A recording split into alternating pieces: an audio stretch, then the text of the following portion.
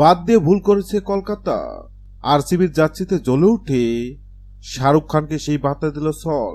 2024 সালে কলকাতা নাইট রাইডার্সের ট্রফি জয়ের নৈপথ্যে যিনি ছিলেন তিনি হলেন সল।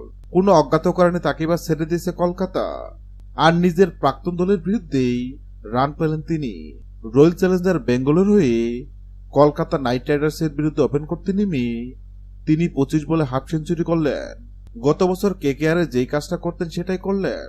তার দাপুট ইনিংসের জন্য সহজে জিতে গেল আরসিবি। 2024 সালে কলকাতা জার্সিতে 12 ম্যাচ খেলে সল করেছিলেন 435 রান। সর্বোচ্চ 89 রানে অপরাজিত ছিলেন তিনি। তার গড় 39.55, স্ট্রাইক রেট ছিল 182.01। 4টে হাফ সেঞ্চুরি করেছিলেন তিনি। সেই ফিল সল্ট অবশ্য আইপিএল এর পর আর সেভাবে ধারাবাহিক রান পাননি। একটা সেঞ্চুরি ও 2টা হাফ সেঞ্চুরি করলেও তার যে স্টাইল সেটাতে তিনি ফিরতে পারছিলেন না। এবার কেকেআরের বিরুদ্ধে ম্যাচটাকেই যেন তিনি বেছে নিলেন কামব্যাকের জন্য। ওপেন করতে নেমে প্রথম বলে 4 মেরে সল যে বার্তা দেন, কেকেআর এবার তাকে ছুড়ে ভুল করেছে। তার পুরো ইনিংস ছিল 9টি 4 ও 2টি ছক্কা। 31 বলে করেছেন 56 রান।